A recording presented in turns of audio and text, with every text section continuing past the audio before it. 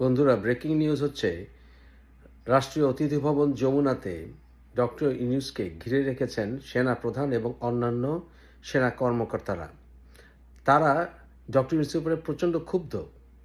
Doctor Yunus এই সেনা প্রধানকে পরিবর্তন করতে চেয়েছিলেন এবং এর ইঙ্গিত আপনারা ভয়েস অব আমেরিকা বাংলায় এই ডক্টর ইউনূসের সাথে সাক্ষাৎকারে সেটা দেখেছিলেন। কারণ ডক্টর ইউনূসকে যখন প্রশ্ন করা হয়েছিল যে নির্বাচনকে 18 মাসের ভিতরে দেবেন কিনা, সেনাপ্রধান এরকম একটি কথা বলেছেন।